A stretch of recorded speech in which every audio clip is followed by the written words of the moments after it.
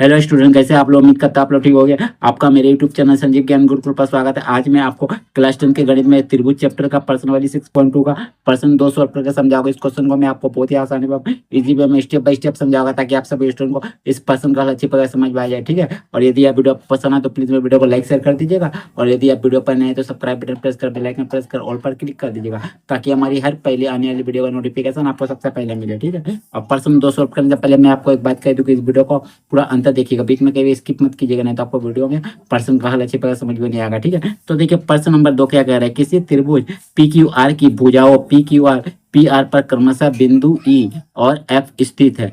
यहाँ पर क्रमशः का मतलब है कि भुजाओं पी क्यू पहला है और बिंदु ई पहला है, और पी आर दूसरा नंबर पे और बिंदु एफ दूसरा नंबर पे, यानी पी क्यू पर ई बिंदु और पी आर पर एफ बिंदु स्थित है। ठीक है, निम्नलिखित में से प्रत्येक स्थिति के लिए बताइए कि क्या ई एफ समांतर है क्यू आर के। ठीक है, ये आपको बताना है। ठीक है, तो यहाँ पर हमें तीन स्थिति दिया गया है। ठीक है, तो तीन स्थिति में हम पहली स्थिति से आगे बढ़ते हैं। ठीक है, तो लिखते हैं हल। जो दिया गया उसको पहले लिख लेते हैं। दिया है, क्या दिया गया है? पीई बराबर 3.9 सेंटीमीटर। ठीक है, ई क्यू बराबर 3 सेंटीमीटर। ठीक है, उसके बाद पी एफ बराबर 3.6 सेंटीमीटर। ठीक है, और पी आर बराबर 2.4 सेंटीमीटर। चलिए, ठीक है, तो देखिए मैंने एक त्रिभुज बना लिया। देखिए, ठीक है, पी क्यू आर। ठीक है, और इस पी क्यू भुजा पर ई बिंदु और पी आर भुजा पर एफ बिंदु स्थित है। ठीक है, ई एफ को मैंने मिला लिया। अब ई एफ क्यू आर के तब समांतर होगा जब आपका पीई बटे ई क्यू बराबर होगा पी एफ बटे एफ आर। ठीक है, यानी आपका पीई बटे ई क्यू बराबर होगा कब? जब पी एफ बटे एफ आर होगा। ठीक है, एफ आर जब पी एफ और ई क्यू का अनुपात करेगा बराबर होगा जब पी एफ और एफ आर का बट्टा करेंगे। जब ये दोनों बराबर हो जाएगा तो इसका मतलब है कि आपका ई एफ समांतर होगा क्यू आर के। ठीक है, तो हम लोग जो इसको लिख लेते हैं पहले। ठीक है, अनुपात को तो लिखते हैं, इसीलिए पीई बटे ई क्यू बराबर पी एफ बटे एफ आर। ठीक है, चलिए अब मान हम लोग यहाँ से डाल लेते हैं। ठीक है, चलिए देखिए पी का मान कितना है? 3.9, और ई क्यू का मान कितना? देखिए 3, फिर बराबर फिर पी एफ का मान कितना? देखिए 3.6, लिख दीजिए 3.6, फिर बट्टे, और एफ आर का मान कितना है? ये आपका एफ आर है। ठीक है, ये आपका एफ आर है, तो एफ आर का मान कितना है? 2.4 सेंटीमीटर। ठीक है, तो आप क्या करिएगा? देखिए पॉइंट पॉइंट काट दीजिए, पॉइंट काट दीजिए। जैसे पॉइंट हटाएंगे, यहाँ पॉइंट के बाद एक अंक है तो एक जीरो लगा दीजिए। ठीक है, चलिए अब काटिए। देखिए 12 दूनी 24, 12 तिया 36। अब यहाँ काटिएगा तो आपका कितना आ जाएगा? 3 एकम 3 जीरो, 3 एकम 3, 3 तिया 9, यानी आपका आ गया 13/10 बराबर 3/2। तो देखिए ये दोनों आपस में समांतर नहीं है, तो हम कह सकते हैं क्या कि ई एफ समांतर नहीं है क्यू आर के। ठीक है, तो लिखिएगा इसीलिए ई एफ समांतर नहीं है आपका क्यू आर का। तो ये आप इसको काट दीजिए, ये हो गया इसका आंसर पहला स्थिति का। ठीक है, अब दूसरा स्थिति का लिए। ठीक है, दूसरा नंबर को हम लोग लिखते हैं पहले। ठीक है, तो ये आपका पहला था। ठीक है, पहला। अब लिखिए दूसरा, तो लिखिए दिया है क्या आपको दिया गया है, देखिए दिया गया है पीई बराबर 4 सेंटीमीटर। ठीक है, उसके बाद क्यू यू बराबर 4/5 सेंटीमीटर। ठीक है, उसका बाद पी एफ बराबर 8 सेंटीमीटर। ठीक है, और आर एफ बराबर 9 सेंटीमीटर।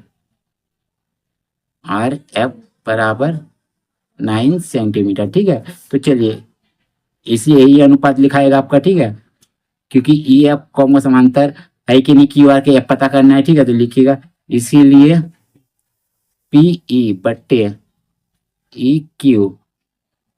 ठीक है, ई क्यू बराबर होगा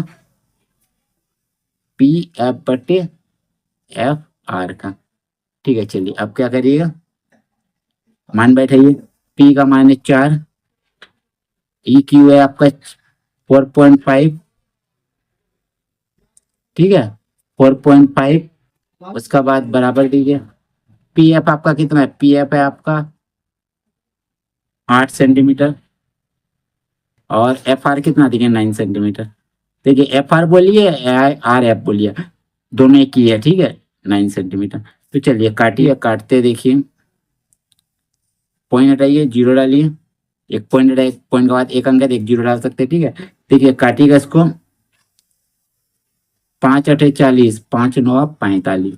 तो देखिए आपका कितना आया, 8/9 बराबर 8/9। ठीक है, तो इसीलिए देखिए आपका ये दोनों समांतर है। देखिए बट्टा 8/9 बराबर है 8/9 का, दोनों बराबर है, यानी आपका ई एफ रेखा समांतर है क्यू आर रेखा के। ठीक है, तो आप लिख सकते हो ई एफ समांतर क्यू आर का। ठीक है, ये हो गया आपका इसका आंसर। ठीक है, अब थर्ड नंबर ऑफ स्थिति को सॉल्व करेंगे। ठीक है, चलिए लीजिए, चलिए थर्ड नंबर का लिख लेते जो जो दिया हुआ। चलिए लिखते थर्ड नंबर। ठीक है, क्या दिया हुआ आपका, दिया है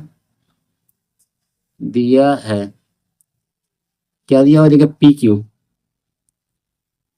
पी क्यू बराबर है 1.28 सेंटीमीटर। ठीक है, उसका बाद पी आर बराबर है 2.56 सेंटीमीटर। ठीक है, उसका बाद पीई बराबर है 0.8 सेंटीमीटर, 0.18 सेंटीमीटर। ठीक है, और पी एफ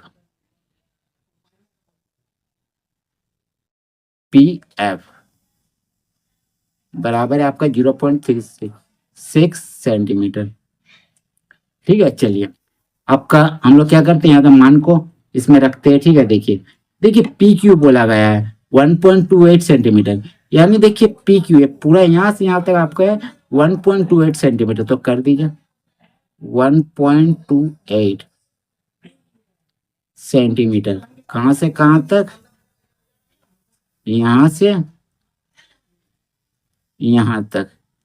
ठीक है आपका, और बोला गया पी आर 2.56 सेंटीमीटर। क्या बोला गया, पी आर मैंने ए आपका बोला गया, पी आर कितना है 2.56 सेंटीमीटर, यहां से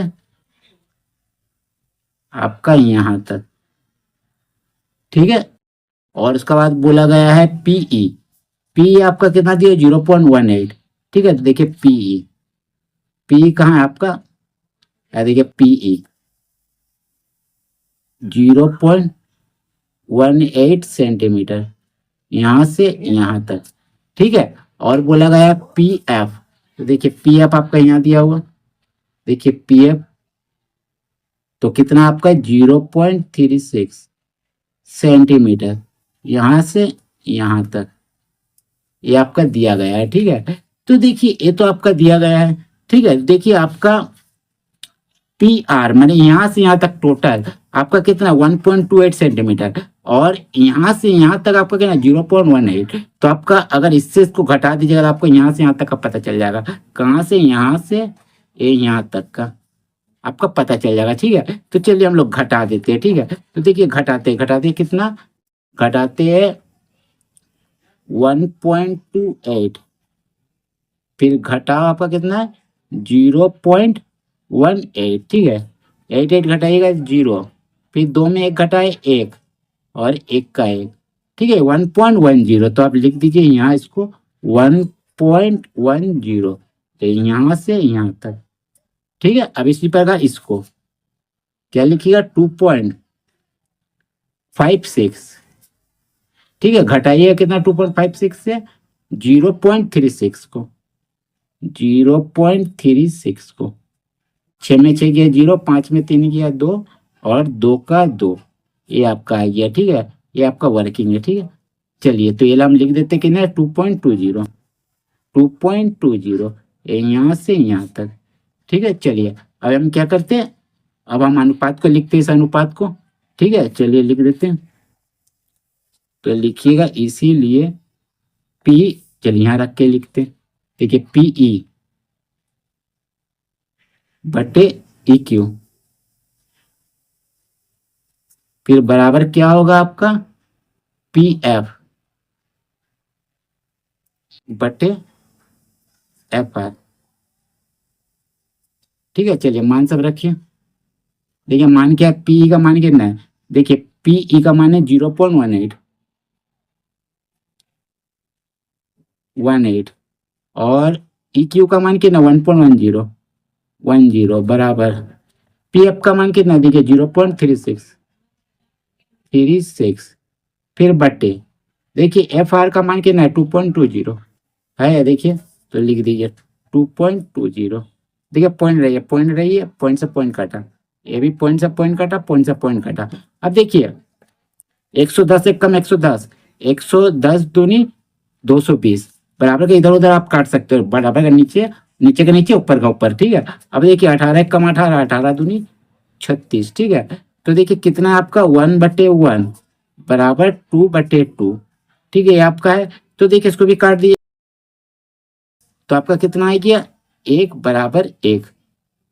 ठीक है, 1/1 1/1। तो देखिए दोनों समांतर है, 1/1 बराबर 1/1। ठीक है, यानी आपका EF आपका समांतर होगा QR के। ठीक है, तो लिख दीजिए, तो लिखिएगा इसीलिए EF समांतर QR का। ठीक है, ये आपका हो गया आंसर।